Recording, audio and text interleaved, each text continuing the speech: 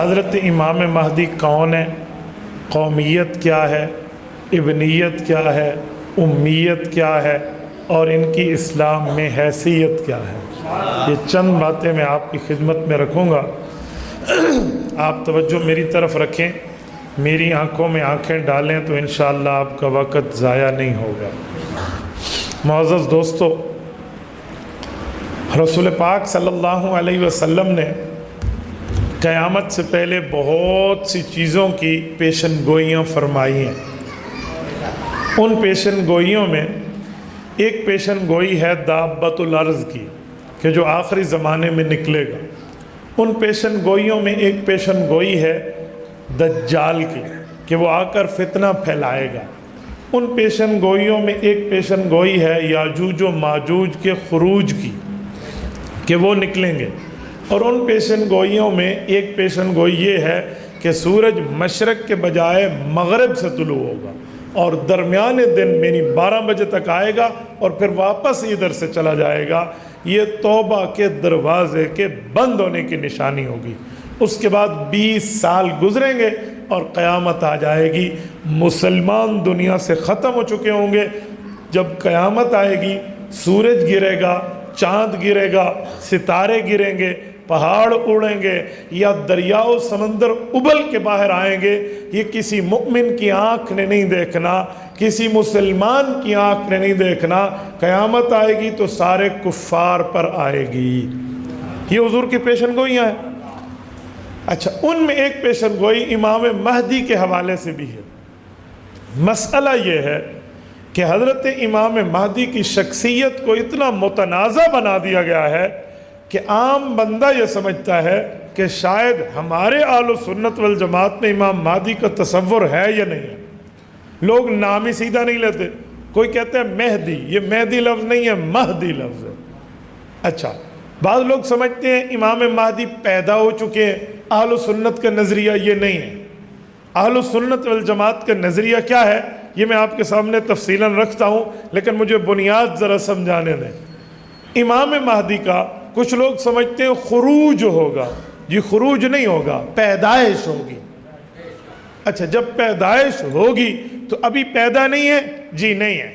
ان کی کچھ علامات ہیں، نشانیاں ہیں، تعارف ہے، شناسائی ہے، پہچان ہے۔ کوئی ایسی راستے پہ جاتے ہوئے صدائے بصحرا نہیں ہے کہ ہر بندہ خود کو مہدی ہونے کی بات کر لے۔ مرزا قادیانی ملعون بے ایمان بنا، امت سے اس بندے نے لعنتیں کھائی، اور ہمارے ملک کے آئین و قانون میں اس کی کفریت موجود ہے۔ ان کے دعاوی میں ایک دعویٰ مہدی ہونے کا بھی تھا کہ مرزے نے خود کو کہا میں مہدی ہوں، اور اسی طرح کئیوں نے کہا ہے۔ ہمارے خیبر پختونخوا میں ایک شخص نے خود کو مہدی کہا اور پھر وہ پکڑا گیا، ہماری اس سے گفتگویں ہوئی، ایک پوری تفصیل ہے، وہ آج کل کراچی بھاگ گیا۔ پھر تو مہدی ہونا کوئی اتنا آسان نہیں ہے کہ ہر بندہ کہہ دے۔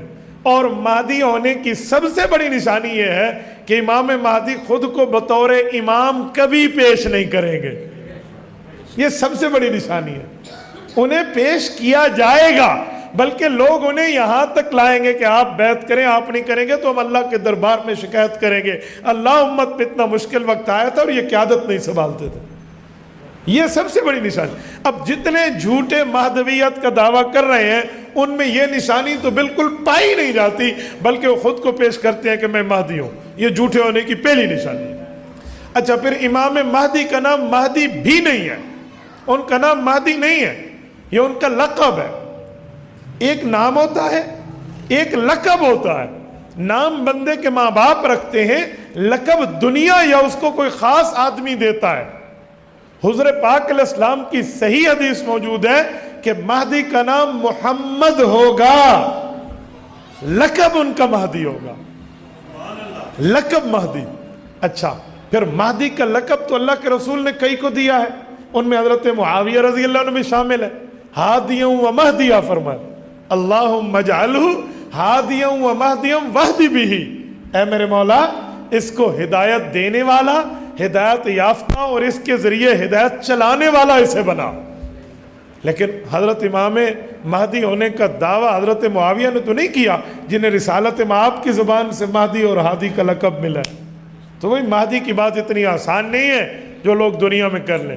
اب اہل و سنت کا نظریہ کیا ہے یہ ذہن میں رکھنا، بلکہ اس نظریے سے پہلے ایک بات کرتا ہوں، وہ بھی سمجھانے کے لیے کہ حضرت امام مہدی کے بارے میں لوگ ہم سے بات پوچھتے ہیں کہ امام مہدی کا ذکر قرآن کریم میں آیا ہے کہ وہ آخر زمانے میں آئیں گے، تو یہ لفظ تو قرآن کریم میں نہیں ہے۔ تو کچھ منکرین حدیث کی یہ چال ہے، وہ کہنا شروع کر دیتے ہیں جب قرآن میں ہے نہیں تو تسی مندے کیوں ہو؟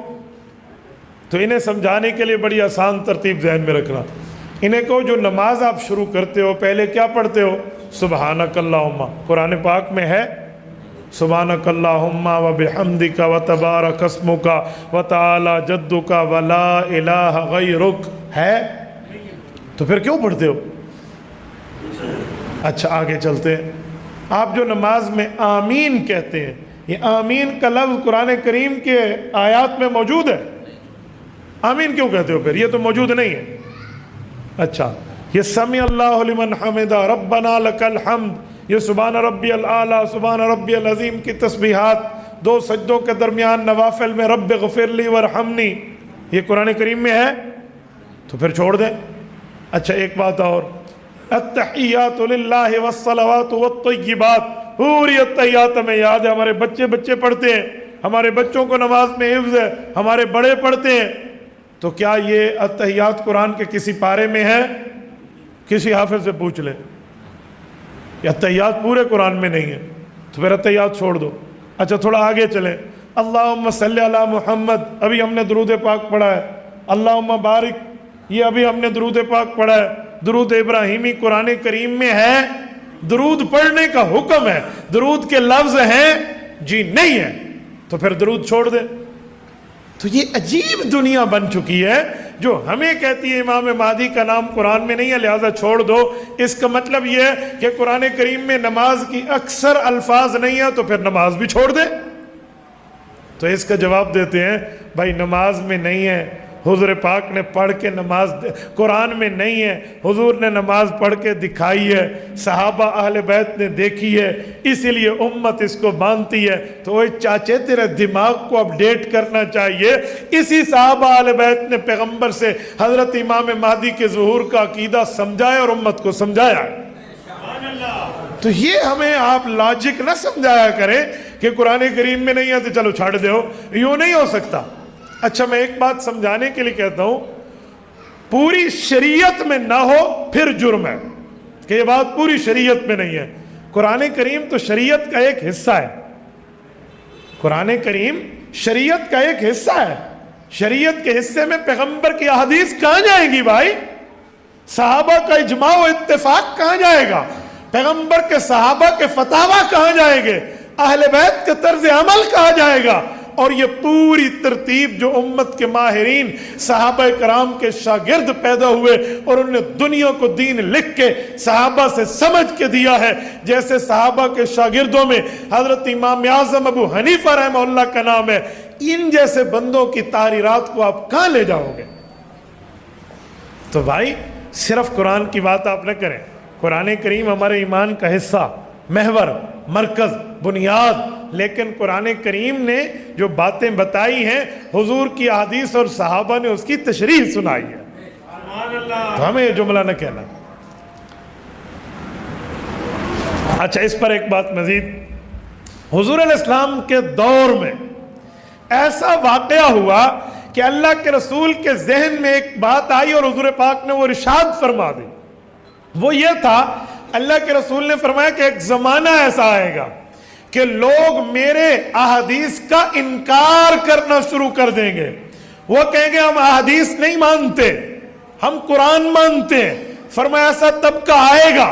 حضور علیہ السلام نے آج سے 1400 سال پہلے صحابہ کرام کو مخاطب کر کے فرمایا میرے صحابہ، یہ سنن ابن ماجہ میں حدیث پاک موجود ہے، فرمایا لا الفین احدکم متکئا علی اریکتہ یأتیہ الامر مما امرت به او نہیت عنہ فیقول لا ادری ما وجدنا فی کتاب اللہ اتبعنا۔ کہ لوگوں ایک وقت آئے گا رجا پجا ہوا آدمی، برگر فیملی سے ریلیٹڈ، کھانے پینے کی جسے کمی نہیں ہوگی اور وہ یوں ٹیک لگا کر بیٹھنے کا عادی ہوگا، اس کے سامنے میرے احکام حدیث پاک کی شکل میں پیش ہوں گے، یا میرے احکام کی منہیات جس جس چیز سے میں نے منع کیا وہ حدیثیں پیش ہوں گی، تو وہ آدمی تکبر کرتے ہوئے، حدیث کا انکار کرتے ہوئے کہے گا لا ادری لا ادری، میں نہیں جانتا، لے جاؤ حدیثیں، ما وجدنا فی کتاب اللہ اتبعنا، قرآن میں ہے تو مانتا ہوں، حدیث میں ہے تو نہیں مانتا۔ حضور علیہ السلام نے فرمایا قیامت کا منظر ہے، تو یہ تو 1400 سال پہلے ہمیں صادق المصدوق پیغمبر صلی اللہ علیہ وسلم نے بتا دیا۔ تو اگر آج کوئی امام مہدی کے ظہور کی عقیدے کا انکار کرے، حضرت عیسیٰ علیہ السلام کی آمد کا انکار کرے، یاجوج و ماجوج کا انکار کرے، دابت الارض کا انکار کرے، سورج کی مغرب سے طلوع اور واپسی کا انکار کرے، اس آدمی کے انکار کی پیشن گوئی 1400 سال پہلے حضور صحابہ کو دے گئے تھے۔ تو یہ حال موجود ہے۔ حضور علیہ السلام کی حدیث ہے، تو احادیث آپ کے اور میرے لیے ایمان کا حصہ اور محور ہے۔ اچھا، اس پر ایک بات مزید، اگر کوئی کہتا ہے نا میں صرف قرآن مانتا ہوں، تو قرآن کریم میں گدھے کا ذکر تو موجود ہے، لیکن گدھا کھانا حرام ہے یہ آیت قرآن میں نہیں ہے۔ گدھے پہ سواری کے ذکر تو ہے، والخیل والبغال والحمیر لترکبوا وزینہ، لیکن حلال ہے یا حرام ہے قرآن کریم کے لفظوں میں اس کا جواب نہیں ہے، جواب حدیث پاک میں ہے کہ حرام ہے۔ تو جو آدمی حضور کی حدیث کا انکار کرے نا، اسے آپ بڑے اچھے طریقے سے کھانے کی دعوت دیں، اسے کہیں جی کل دوپہر کو میرے ہاں آپ لنچ کر لیں، آ جائیے۔ وہ آپ سے پوچھے کہ آپ کیا کھلائیں گے، آپ کہنا گدھا کھلاؤں گا، ڈنکی روسٹ کھلاؤں گا تمہیں۔ وہ کہے گا یہ عجیب بات ہے، اسے کہا بھائی تو قرآن صرف مانتا ہے، حضور کی حدیث کا انکار کرتا ہے، قرآن میں لفظ دکھا دے گدھا حرام ہے، اسی تینوں بکرا کھوا دینا ہے، ہم نے آپ کو بکرا کھلا دینا ہے، تو لفظ دکھا دے۔ اگر لفظ قرآن میں نہیں ہے کہ گدھا حرام ہے، تو پھر تو کیوں گدھے کو حرام مانتا ہے؟ جب کھانے کی باری آئی تو نے گدھے کے حرام ہونے کا فتویٰ دیا حدیث کی بنیاد پہ، جب باقی عقائد کا ذکر حدیث میں تھا اس وقت تیرے ماتھے پہ 12 کیوں بجتے ہیں؟ تو وہاں بھی حضور کی حدیث کو ٹچ کرو نا۔ میں تو بڑے اچھے طریقے سے منکرین حدیث کو کہتا ہوں، کوئی میرے سے ملاقات ہو نا، یہ جی ڈنکی روسٹ کھاتے ہیں، ملے گا بھئی یار، ملے گا نہیں ملے گا، یہ ساڑھا درد ہے سارے، تو چھڑ دے نو، تیرے سامنے ایسی پلیٹ رکھنا تو کھا، ہم تمہیں دیں گے، ملے نہ ملے وہ ہم یہاں سے لائیں گے۔ حضرت گدھا لبڑا کوئی اوکھ ہے؟ کھوتے نو قریب لوگ کہتے ہیں فلاں شہر گدھے ذبح کر کر کے امت کھا رہی ہے۔ اب میں شہر کا نام لوں تو شہر والے لوگ مجھ سے ناراض ہو جائیں گے، لیکن اندر سے سب سمجھتے ہیں کہ اس شہر کی بات ایسا نہیں ہے۔ تو پھر میں حیران ہوں بھئی پیغمبر کی حدیث کا انکار، اور وہ بھی شریعت کے نام پہ۔ مولانا ظفر علی خان رحمہ اللہ بہت بڑے شاعر ہیں، وزیر آباد ضلع گجرانوالہ میں ان کی قبر موجود ہے، میں نے ان کی قبر پہ فاتحہ پڑھا ہے، اللہ ان پر رحمت نازل فرمائے، کروڑوں اربوں رحمتیں ان کی مرکت پہ نازل فرمائے۔ مولانا ظفر علی خان ایک شاعر انقلاب تھے۔ مرزا قادیانی نے جھوٹ بولے اور کہا میں 50 کتابیں لکھوں گا، چندے دو۔ لوگوں نے چندے دیے، اس نے 5 لکھ دی۔ لوگوں نے کہا 45 اور، انہوں نے کہا 5 اور 50 میں تو 0 کا ہی فرق ہے، پیسے کھا گیا۔ اس طرح جھوٹ بولتا گیا تو مولانا ظفر علی خان نے اپنے اخبار زمیندارہ میں ایک اس کے خلاف شعر لکھا، اور بڑا شعر وائرل ہوا۔ وہ شعر یہ تھا کہ ایک مسلمہ کذاب تھا جس نے حضور پاک کے بعد نبوت کا جھوٹا دعویٰ کیا، اور آج مرزا قادیانی کے ماننے والے حضور کے جانشین نہیں ہیں، مرزا قادیانی کے ماننے والے مسلمہ کے جانشین ہیں۔ وہ جو جھوٹ بولتا تھا مسلمہ کذاب، اور یہ مسلمہ پنجاب، فرق یہ تھا۔ تو فرمایا کہ مسلمہ کے جانشین گرا کٹوں سے کم نہیں، گانڈ کپ گرا کٹوں سے کم نہیں، کتر کے جیب لے گئے پیغمبری کے نام سے۔ لوگوں کے پیسے کھا گئے نبوت کے نام پہ۔ ان کا بھی یہی حال ہے، جو امام مہدی کے ظہور کا انکار کر رہے ہیں یا باقی پیشین گوئیوں کا انکار کر رہے ہیں، یہ شریعت کے نام پہ لوگوں پر گرا اور ان کے اوپر جو ہے نا کیا کہتے ہیں وہ ضرب چلا کے ان کی جیب کٹی اور ان کے ایمان کٹی کی سازش کر رہے ہیں۔ تو بھائی ایسا نہیں ہے، ایسا نہیں چلے گا، بات وہ ہوگی جو دلیل سے ہوگی۔ اب ذرا چلتے ہیں حدیث پاک میں امام مہدی کی شخصیت کا تعارف، امام مہدی کی حیثیت، امام مہدی کی امیت و ابنیت کیا ہے۔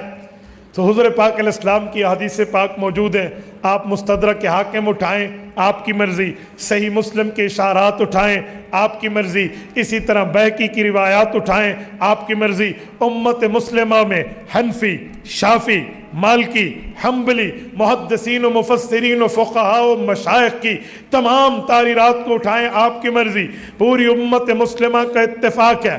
فرمایا رسول پاک علیہ السلام نے آخر زمانہ میں ایک شخص آئے گا جس کا نام میرے نام پہ ہوگا، اور وہ شخص آ کے زمین کو اللہ کے علوم سے اور امن سے بھر دے گا۔ صحیح مسلم میں حدیث ہے، امامکم منکم، وہ امام تم میں سے ہوگا جو آ کر زمین کو بھر دے گا۔ اس سے مراد امام مہدی کی ذات اقدس ہے۔ اچھا، سنن نبی داؤد میں ایک حدیث پاک اور ہے، حضرت سیدنا علی المرتضیٰ حضرت حیدر کرار رضی اللہ تعالی عنہ ارشاد فرماتے ہیں، اپنے بیٹے حضرت امام حسن رضی اللہ تعالیٰ عنہ کی طرف اشارہ کر کے فرمایا، انہو من ولد الحسن، وہ مہدی جو آئیں گے وہ میرے بیٹے حسن کی اولاد میں سے ہوں گے۔ ایک حدیث پاک اور ہے، امام بایقی رحمہ اللہ نقل فرماتے ہیں، حضور پاک علیہ السلام نے فرمایا، انہو من ولد الفاطمہ، وہ میری بیٹی چوتھی اور چہیتی بیٹی حضرت فاطمہ الزہرا رضی اللہ عنہا کے اولاد میں سے ہوں گے۔ اچھا، روایات تو کئی ہیں، اب ان سب کو ملائیں نا تو جو خلاصہ ہمارے علماء نے نکالا ہے، کیا بات ہے حضرت، وہ کہتے ہیں یہ ساری حدیثیں ٹھیک ہے، انہیں ملائیں تو پتہ چلتا ہے اولاد فاطمہ تو ہوں گے، لیکن امام مہدی کے ابو جی حضرت حسن کی اولاد سے ہوں گے، ان کی اماں جان حضرت حسین کی اولاد سے ہوں گی، یہ ان کی اولاد حسنی حسینی سید ہوں گے، جسے کہتے ہیں نجیب الطرفین، یہ سعادت انہیں حاصل ہوگی۔ اچھا، امام مہدی جب یوں آئیں گے اور امام حسن رضی اللہ عنہ کی اولاد سے ہوں گے، میں ایک جملہ بطور سمجھانے کے لیے کہتا ہوں، امام حسن کی اولاد سے ہوں گے، مرقات المفاتیح مشکات شریف کی شرح ہے، 12 جلدوں میں ملا علی قاری رحمہ اللہ نے عربی میں لکھا ہے، اور ملا علی قاری کی قبر آج مکہ مکرمہ میں جنت المعلی میں حضرت اماں جان خدیجۃ الکبریٰ رضی اللہ عنہ کے قدموں میں ہے۔ وہ تحریر فرماتے ہیں، حنفی مفتی بھی ہیں، محدث بھی ہیں، فقیہ بھی ہیں، مؤرخ بھی ہیں، مفسر بھی ہیں۔ الکلیل کے تمام معاملات اور ادھر ادھر ان کی باتیں دیکھیں تو ان کے دسترس کو آپ دیکھیں گے کہ ان کا اصل آبائی علاقہ تو افغانستان کا شہر ہرات تھا، لیکن وہاں روافظ سے لڑائی تھی، یہ وہاں سے یہاں تشریف لے آئے اور مہاجر مکی بنے، تو ملا علی قاری کا دنیا میں ایک نام ہے۔ یہ اس شخص نے مشکات شریف کی شرح 12 جلدوں میں عربی زبان میں لکھی ہے۔ وہ فرماتے ہیں کہ انبیاء کرام کا سلسلہ دیکھیں،